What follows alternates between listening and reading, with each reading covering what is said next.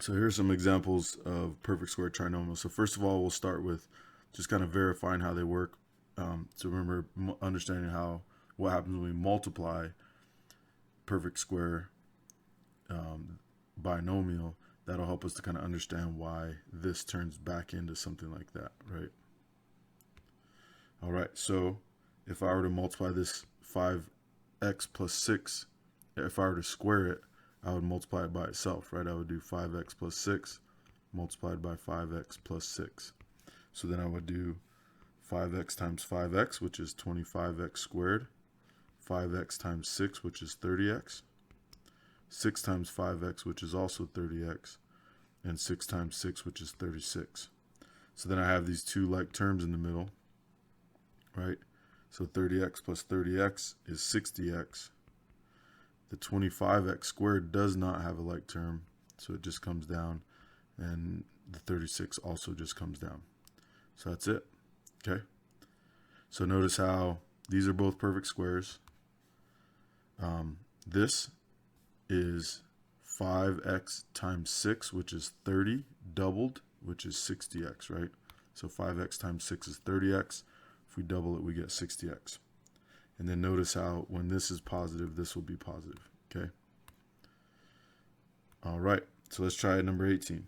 So if I were to square this binomial, I would multiply 3y minus 8 by itself. Okay, so I'd do 3y times 3y is 9y squared. 3y times negative 8 is negative 24y. Negative 8 times 3y is negative 24y. And negative 8 times negative 8 is positive 64. Okay, so once again, we have like terms here in the middle. And so we get 9y squared minus 48y plus 64. Okay, these are both perfect squares. And notice that this middle term is 3y times 8 doubled, right? 3y times 8 is 24. If we double it, we get 48. And I didn't mention the y, but yeah, 8 times 3y is 24y. And if we double it, we'll get 48y. And notice how this sign determines this sign, right? Also notice how this sign is always positive, right?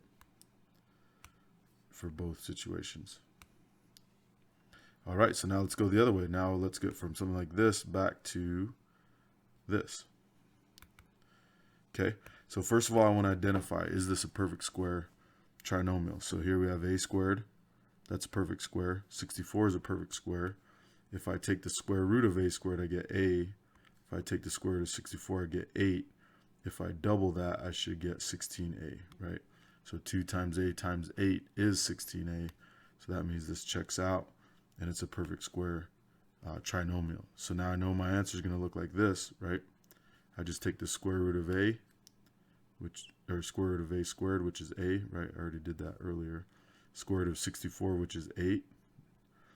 And then this sign comes down, and so it'll be a plus 8 quantity squared.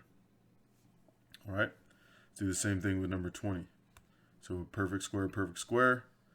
The square root of x is x. The square root of 4 is 2. And I want to double that. So 2 times x times 2 equals 4x, right? So that checks out. So I know my that trinomial can be factored into a perfect square trinomial, something like this. So square root of x squared goes here. And the square root of 4 goes here. And this sign comes down.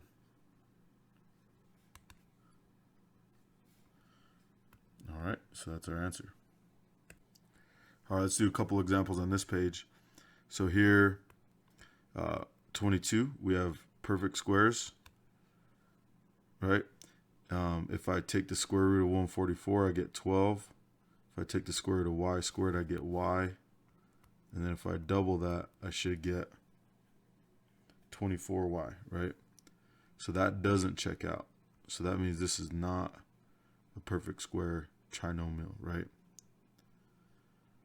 So we'll just put C and F cannot factor, okay? Because we don't have we don't know how to factor that yet, even if it can be factored. Okay, that one actually cannot be factored.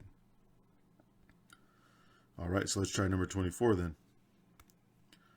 So perfect squares, right? So let's check that middle term. So if we take the square root of 16u squared, we should get 4u. If we take the square root of 49v squared, we should get 7v. And then if we multiply those together and double it, we should get 56uv, right? So 4u times 7v is 28uv. 28 doubled is 56, so that makes sense, right? So now we know our result's going to be like this. Take the square root of this, which we already did, it's 4u. So we're going to put that here. Take the square root, which we already did, is 7u. Then this side will come down. That's it, 4u plus 7u, or excuse me, yeah, 4u plus 7v. Sorry, I put the wrong letter there. Quantity squared. All right, here's some interesting ones. So 25, that's a perfect square, right? These are both have even exponents. 16 is a perfect square. And if we take the square root of p squared q squared, we get pq. If we take the square root of 16, we get 4. And if we multiply those together and double it, we get 8pq. Right, so that checks out. So now we can set this up. Square root of this, pq. Square root of this, 4. This sign, negative, and that's it. Right, so that shortcut's pretty nice. Comes in handy, and you'll use it a lot, even when you get to calculus, pre-calculus, algebra 2, even some geometry maybe. You'll use that. All right, 26.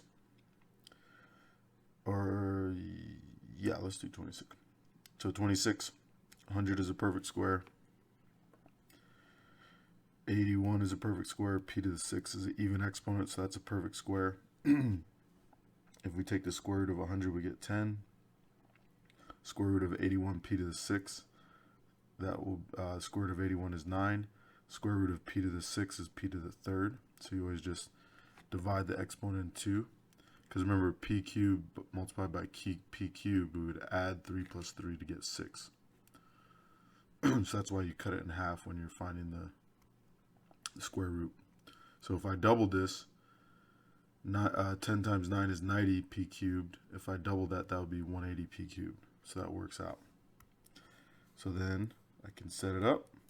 Square root of 100 is 10. Square root of 81 p to the 6 is 9 p cubed. And our sign in the middle is going to be positive because this is positive. All right. Let me do one more, 28. Perfect square, perfect square.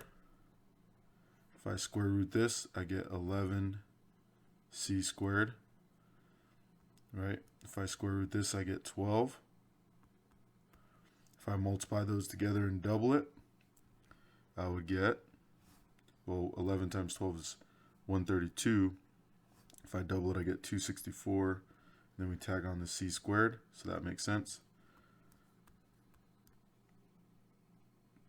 So then we're going to put the square root of 121c to the 4th here, which is 11c squared. Put the square root of 144 here, which is 12. This negative is going to be in the middle. And that's it.